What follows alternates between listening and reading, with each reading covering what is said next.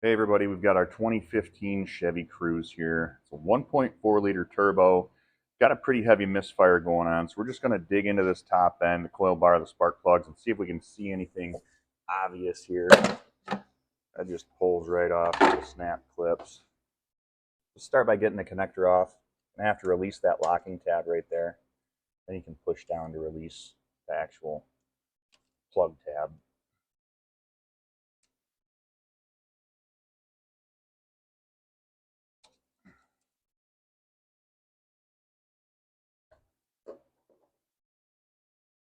Torque bits here, T30s.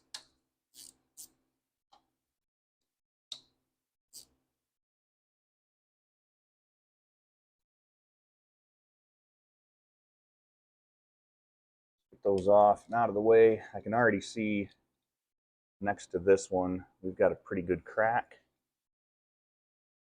And next to this one, we've got a crack as well. I've been seeing this quite often lately with a lot of these coil bars over the last few years where they're held down. Oh yeah, you can see here, this coil bar is all corroded, nasty. Left the plug boot right down into the cylinder. We're gonna have to get those out of there. But I don't know if we can get a good, yeah, you can see that crack right there, right there. And that will definitely cause a misfire in most cases on these coil bars. Moisture gets inside of there, crosses the circuit, but the corrosion inside of that cylinder number 2 there, that's my bigger concern as far as the misfire goes. See if we can get those old boots out of there. Hopefully just pliers on the boots. Pull them up out of the plug. Not having that.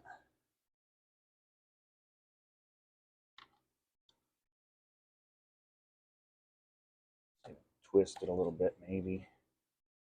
Yeah, there we go. There's one.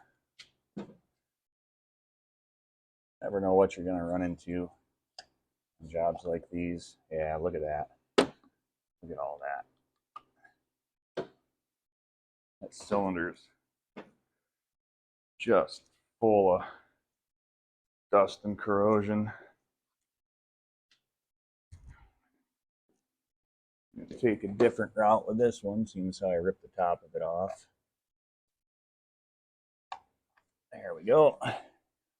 That seems to be the trick there. Grab a hold of the top of it, spin it, and then remove it instead of just pulling and ripping the top of it off. You live and learn, right? So we got 5/8 on the spark plugs. I'm just gonna free them up a little bit. Boy, that was kind of loose. I'm not sure about that. At least one was snug. I'll bust them loose and get my electric. We'll find that way.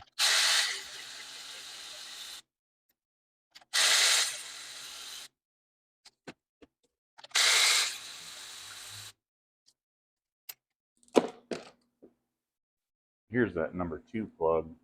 That was all oxidized. I mean, it is just corroded and disgusting. I mean, that's got to be where our miss is coming from. Cylinders next to it were burning pretty good for the most part.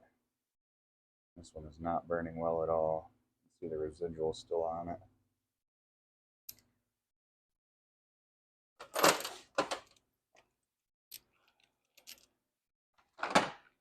I like to use NGK iridiums. Here's the part number. If it's something that you'd like to use.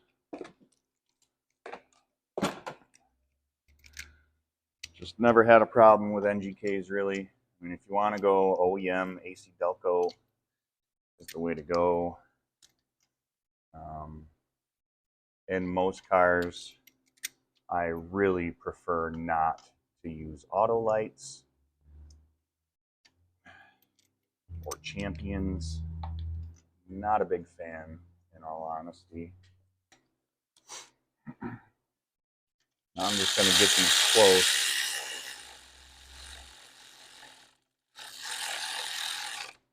With my electric.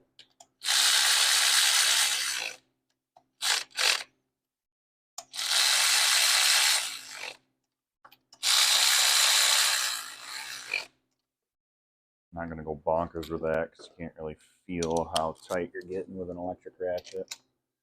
I like to do it based on feel. Of course, there's somebody in the comments going to say, what's the torque spec? I don't know.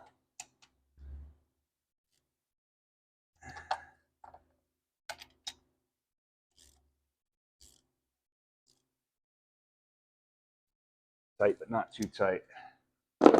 Tight enough not to be loose.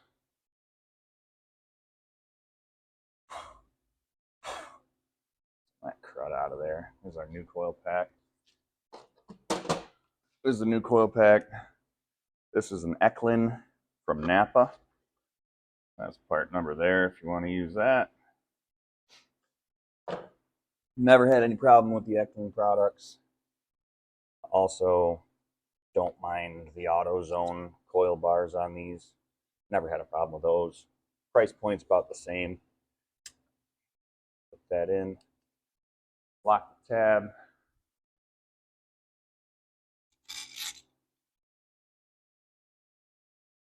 You definitely do not want to over torque these bolts. Half the reason why these coil bars crack is these are the only 2 points that are holding this coil down. If you over torque them, you're going to crack that plastic. You just want them snug so the coil's not going to bounce around or do anything stupid. Nice and snug. Then you just got your cover. That's it. Simple as that. And again, this is what we were dealing with and kind of why we had the misfire here.